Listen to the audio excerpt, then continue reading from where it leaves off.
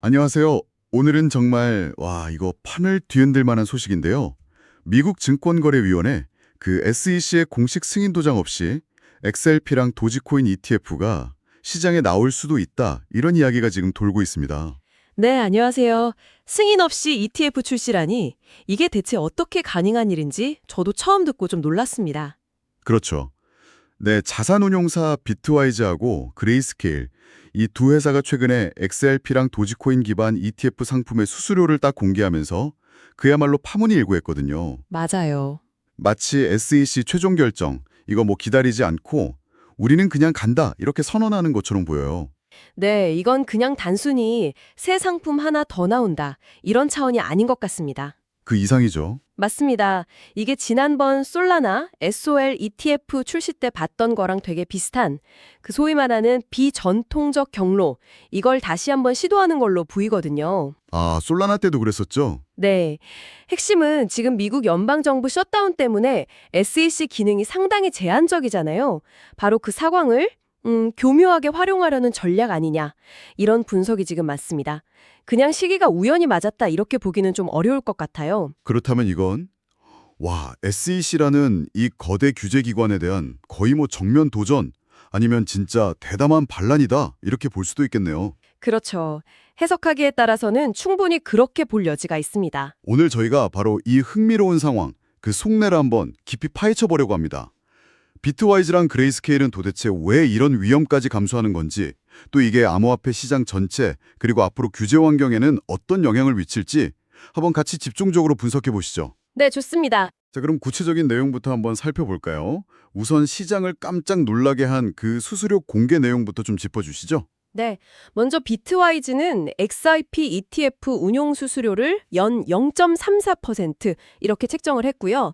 그레이스케일은 XRP ETF하고 또 도지코인 ETF 이 두 가지 수수료를 각각 0.35%로 정해서 발표했습니다. 0.34, 0.35 거의 비슷하네요. 근데 이게 특히 더 주목받는 이유가 있잖아요? 맞아요. 바로 지난주에 솔라나 SOL ETF가 상당히 성공적으로 시장에 데뷔했거든요. 네, 반응 좋았죠. 바로 그 직후에 나온 발표라서 더 관심이 쏠리는 겁니다. 비트코인, 이더리움 ETF 승인 나고 그다음에 솔라나 나왔고 이제는 XRP랑 도지코인까지. 와, ETF 라인업이 정말 숨가쁘게 확장되는 모습이에요. 진짜요. 경쟁이 정말 치열해지는군요. 정확합니다. 이 수수료 공개는 단순히 우리 상품 가격은 이겁니다. 이걸 알리는 차원을 넘어서요. 업계에서는 이걸 거의 우리는 출시 준비 다 끝났고 곧 시장에 들어갈 채비 갖췄다. 이런 강력한 의지를 보여주는 걸로 받아들이고 있습니다. 보통은 승인 나고 공개하지 않나요? 그쵸. 보통 ETF 상품은 SEC의 최종 승인이라는 그 제일 큰 허들을 넘어야 그 뒤에 이제 수수료 같은 구체적인 상품 명세가 확정되고 공개되는 게 일반적인 절차거든요. 근데 이번에는 그 순서를 완전히 뒤집은 셈이죠. 와, 따라서 이건 앞으로 알트코인 ETF 시장에서 주도권 경쟁이 더 격화될 거다. 그리고 상품 라인업도 훨씬 다양해질 거다. 이걸 예고하는 아주 중요한 신호탄이라고 할 수 있습니다. 비트코인, 이더리움 이후 좀 잠잠했는데. 네, 이제 본격적인 알트코인 ETF 시대가 열리는 거 아니냐, 이런 북소리처럼 들릴 수도 있는 거죠. 운용사들 간의 점유율 경쟁이 이제 새로운 국면으로 접어드는 겁니다. 근데 들으면 들을수록 가장 근본적인 질문이 계속 떠올라요. 도대체 어떻게 SEC의 공식 승인 없이 ETF 상장이 가능하다는 거죠? 이게 법적으로 괜찮은 건가요? 아니면 무슨 숨겨진 통로라도 있는 건지. 아, 네. 바로 그 지점이 이번 전략의 정말 핵심입니다. 네. 여기에는 현재 미국의 정치적인 교착 상태, 그러니까 연방정부 셧다운이라는 좀 특수한 상황하고 또 증권 관련 규정의 특정 조항이 딱 맞물려 있어요. 아, 셧다운. 네, 아시다시피 지금 미국 정부 셧다운 때문에 SEC는 별수 업무 빼고는 대부분 부서 운영이 중단되거나 축소된 상태잖아요. 그렇죠. 특히 새로운 금융상품 승인 신청서 꼼꼼히 검토하고 승인 여부 결정하는 이런 복잡한 업무는 사실상 거의 마비 상태다. 이렇게 봐도 무방합니다. 일손이 부족하군요. 그렇죠.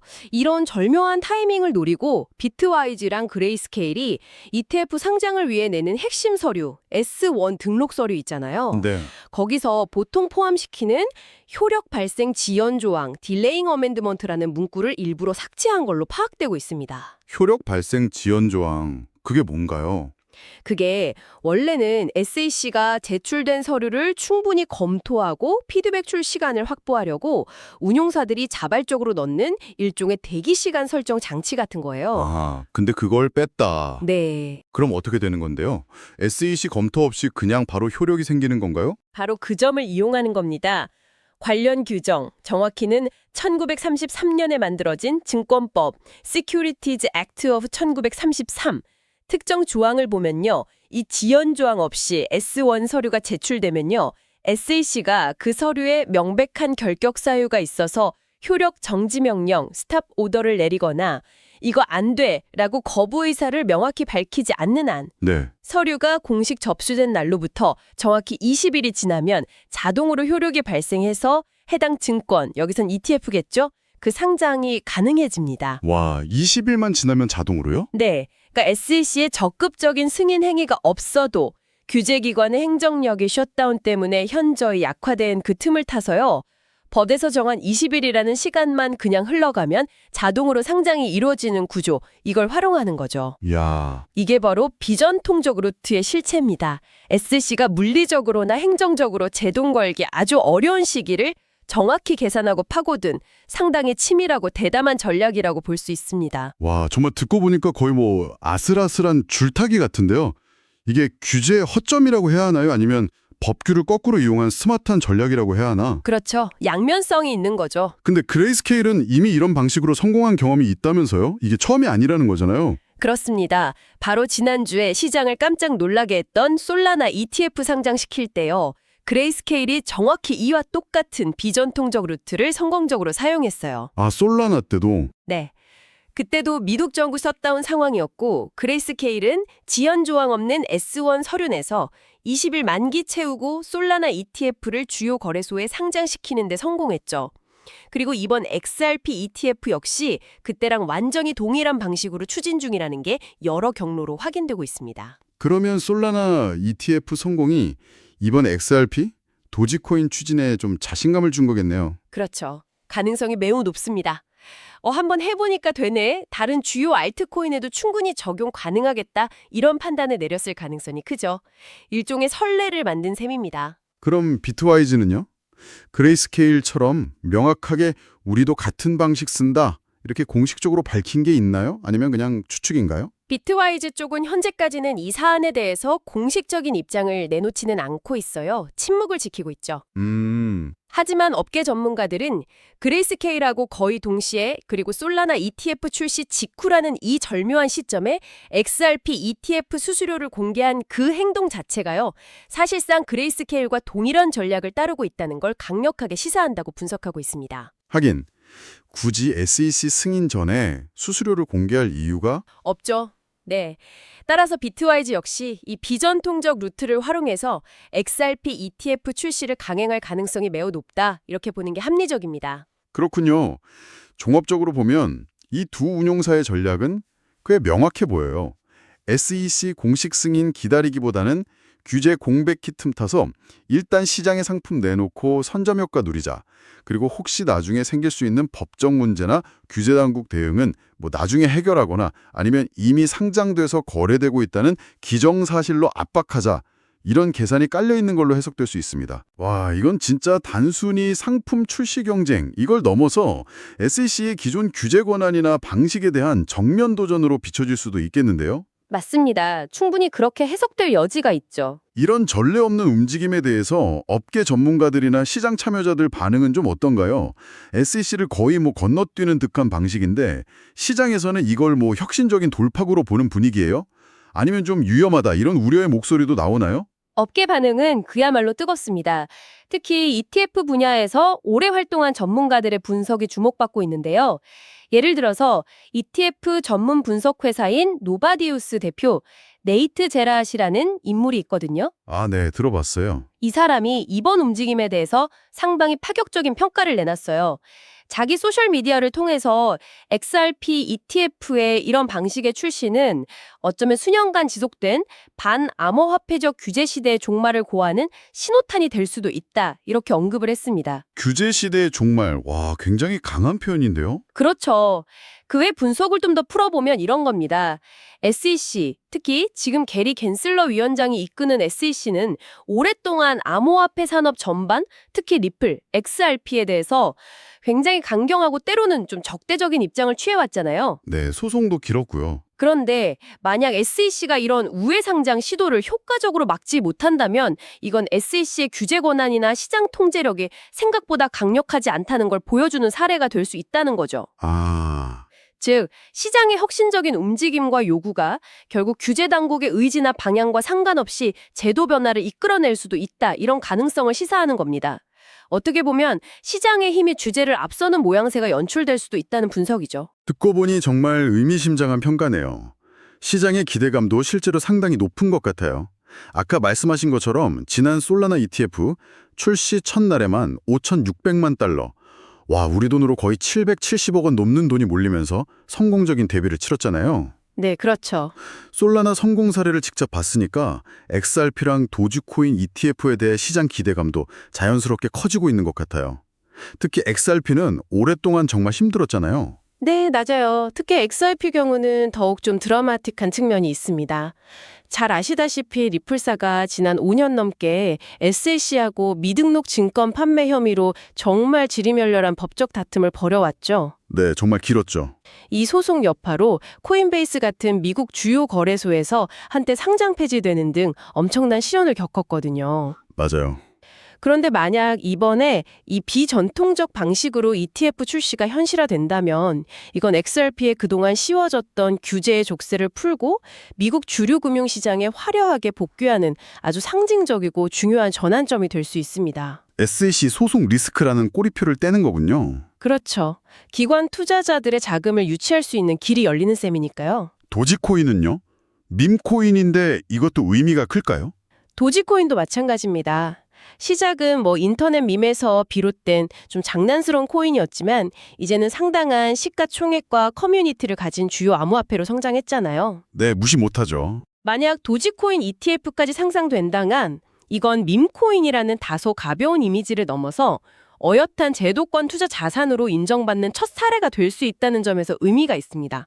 이건 또 다른 밈코인이나 커뮤니티 기반 코인들한테도 새로운 가능성을 열어줄 수 있겠죠. 이런 일련의 흐름은 시장 참여자들 전반에 걸쳐서 SEC의 강경한 규제 압박이 점차 완화될 거라는 기대 심리, 혹은 시장의 힘으로 규제의 벽을 넘을 수 있다는 자신감을 확산시킬 수 있습니다. 자, 그럼 이 모든 복잡하게 얽힌 상황들, 그러니까 비트와이즈, 그레이스케일의 대담한 행보, SEC의 기능 제약, 시장의 기대감, 이게 궁극적으로 뭘 의미하는 건지 한번 정리를 해볼 필요가 있겠네요. 단순히 몇몇 알트코인 ETF가 더 상장된다, 이 사실 이상의 더 큰 그림이 있는 것 같아요. 전체 판도를 어떻게 읽어야 할까요? 네, 몇 가지 중요한 함의하고 시사점을 좀 짚어볼 수 있습니다. 첫째, 가장 명확한 건 기관 투자 자금이 암호화폐 시장으로 흘러들어오는 파이프라인이 훨씬 더 넓어지고 다양해진다는 점입니다. 아, 기관 자금이요? 네, 기존에는 비트코인하고 이더리움, 이 양대 암호화폐 중심으로만 현물 ETF 승인 논의가 이루어졌고 실제로 이 두 자산에 대한 ETF만 출시된 상태였잖아요. 그렇죠. 하지만 솔라나에 이어서 XRP, 도지코인까지 ETF가 나온다면 이제 뒤관 투자자들 포트폴리오에 편입될 수 있는 암호화폐 범위가 시가총액 상위의 주요 알트코인들로 본격적으로 확장되는 겁니다. ETF 시장의 다변화가 그만큼 가속화된다는 의미죠. 비트 이더 말고도 선택지가 넓어지는 거네요. 맞습니다. 그리고 이러한 흐름은 여기서 멈추지 않을 가능성이 높아요. XRP랑 도지코인 ETF가 성공적으로 안착한다면 라이트코인이나 헤데라 해시그래프처럼 꾸준히 개발되고 있거나 특정 기술 분야에서 주목받는 다른 알트코인들에 대한 ETF 출시 요구와 기대감도 자연스럽게 커질 겁니다. 이건 기관 투자자들한테 더 폭넓은 암호화폐 투자 선택지를 제공하게 되고 장기적으로는 암호화폐 시장 전체 유동성을 높이고 가격 변동성을 좀 완화하는 데 기여할 수 있는 잠재력을 가지고 있습니다. 그렇군요. 그런데 좋은 점만 있는 건 아닐 것 같은데요. 리스크는 없나요?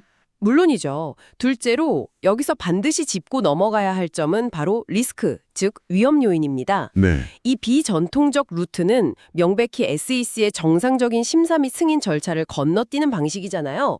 따라서 현재의 정부 셧다운 상황이 끝나고 SEC가 모든 기능을 회복해서 정상 업무에 복귀했을 때 이렇게 편법으로 상장된 ETF들에 대해서 사후적으로 강력한 제재 조치를 취할 가능성을 결코 배제할 수 없습니다. 아, 사후 제재. 예를 들면 어떤 거죠? 예를 들어서 해당 ETF의 거래를 중지시키거나 상장을 폐지하도록 명령할 수도 있고요. 아니면 해당 상품을 출시한 자산운용사 그레이스케일이나 비트와이즈에 대해서 증권법 위반 등의 혐의로 법적 조치를 취하거나 벌금을 부과할 수도 있습니다. 이 법적 리스크는 여전히 살아있는 아주 중요한 변수입니다. SEC가 과연 그렇게 강하게 나올 수 있을까요? 이미 시장에서 막 활발하게 거래되고 있고 많은 투자자들이 참여하고 있는 상황에서 갑자기 거래를 중단시킨다는 게 현실적으로 가능할지 또 뭐 그런 조치가 시장에 미칠 파장은 엄청날 텐데요. SEC 입장에서도 부담스럽지 않을까요? 바로 그 지점이 앞으로 이 사태가 어떻게 전개될지를 예측하는 데 있어서 가장 핵심적인 질문이자 딜레마입니다. 여기로 특히 흥미로운 점은 규제 당국의 권위와 이미 형성된 시장의 기정사실화된 힘, 이 사이의 충돌 가능성이요. 네. 권위 대 시장의 힘. 만약 SEC가 규제 당국의 권위를 지키기 위해서 예상보다 강력한 사후 제재, 예를 들어 거래 정지나 상장 폐지 같은 극단적인 조치를 감행한다면 암호화폐 산업 전반에 대한 규제 불확실성은 다시 극도로 높아질 거고 시장은 큰 혼란에 빠질 수 있습니다. 또 이건 SEC와 암호화폐 업계 간의 또 다른 긴 법적 분쟁으로 이어질 가능성도 높고요. 반대의 경우는요? SEC가 그냥 넘어간다면? 하지만 반대로 SEC가 시장에 미칠 파급 효과나 이미 형성된 투자자들의 신뢰 같은 걸 고려해서 이러한 비전통적 ETF 출시를 결국 막지 못하거나 혹은 좀 마지못해 이걸 수용하는 방향으로 가게 된다면 이건 암호화폐 역사에 있어서 정말 중요한 분기점이 될 수 있습니다. 이건 단순히 ETF 몇 개가 더 시장에 나오는 걸 넘어서 오랫동안 높고 단단하게만 느껴졌던 그 규제의 벽이 사실상 시장의 힘에 의해서 허물어지는 상징적인 사건이 될 수 있기 때문입니다. 그렇게 되면 우리는 본격적인 알트코인 ETF 시대의 개막을 목격하게 될 수도 있습니다. 더 큰 그림에서 본다면 이건 단순한 상품 출시 경쟁이 아니라 기존의 낡은 규제 프레임에 더 이상 갇혀있겠다는 시장 참여자들의 강력한 의지 표명으로 해석될 여지도 있고요. 혁신이 규제를 앞서는 사례가 될 수도 있겠군요. 그렇죠. 혁신적인 금융기술과 상품이 때로는 규제보다 한 발 앞서 나갈 수 있다는 것을 보여주는 생생한 사례가 될 수 있겠죠. 정말 한치 앞을 내다보기 어려운 흥미진진한 상황이 펼쳐지고 있네요. 비트와이즈와 그레이스케일의 대담한 배팅으로 이제 공은 명백히 SEC에게 넘어갔습니다. 여러 분석에 따르면 만약 SEC가 특별한 제동을 걸지 않는다면 이르면 앞으로 2주 안에, 그러니까 S1 서류 제출하고 20일이 경과하는 시점에 시장에서 첫 XRP ETF가 거래되기 시작할 수도 있다는데요. 정말 시간이 얼마 안 남았네요. 네, 그렇습니다. 당장 다음 주, 다다음 주가 이번 사태의 향방을 가늠할 중요한 변곡점이 될 것으로 보입니다. 앞으로 SEC가 과연 어떤 카드를 꺼내들지가 시장 전체의 초미의 관심사죠. 네. 예상대로 사후 제재라는 강수를 둘 것인지 아니면 시장의 이 거스를 수 없는 흐름을 인정하고 이들 ETF를 기정사실로 받아들이면서 새로운 규제 방안을 모색할 것인지 이 선택에 따라서 앞으로 미국 내에서 암호화폐 자산이 제도권 금융 시스템에 편입되는 속도와 방식 그리고 그 범위가 크게 달라질 겁니다. 만약 제재에 나서면 단기적으로는 좀 혼란스럽겠네요. 네, 단기적으로 시장 혼란과 위축은 불가피하겠지만 장기적으로는 오히려 규제 프레임워크를 명확히 하는 계기가 될 수도 있고요.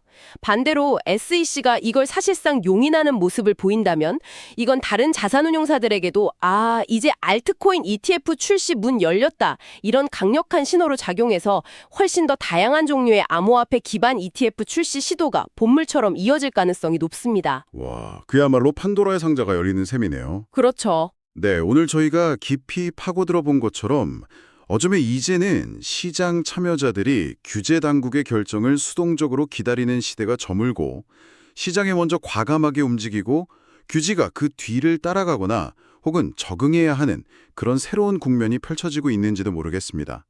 규제 당국이 때로는 시장의 혁신 속도나 역동성을 따라가지 못하는 상황이 나올 수도 있겠다는 생각도 드네요. 네, 충분히 가능한 시나리오입니다. 과연 SEC의 승인을 꼼꼼히 기다리는 시대는 정말로 끝난 걸까요? XRP와 도지코인 ETF의 최종 운명, 그리고 이걸 계기로 새롭게 그려질 암호화폐 규제의 미래 지형이 과연 어떤 모습일지 앞으로 계속해서 면밀히 주목해야 할 것 같습니다. 오늘 이야기는 여기까지입니다. 규제를 우회하는 듯 보이면서도 또 시장의 요구를 반영하는 이런 움직임에 대해서 여러분은 어떻게 생각하시나요? 네, 정말 중요한 시점인 것 같습니다. 다음 시간에 더욱 흥미롭고 깊이 있는 내용으로 다시 찾아뵙겠습니다. 감사합니다. 감사합니다.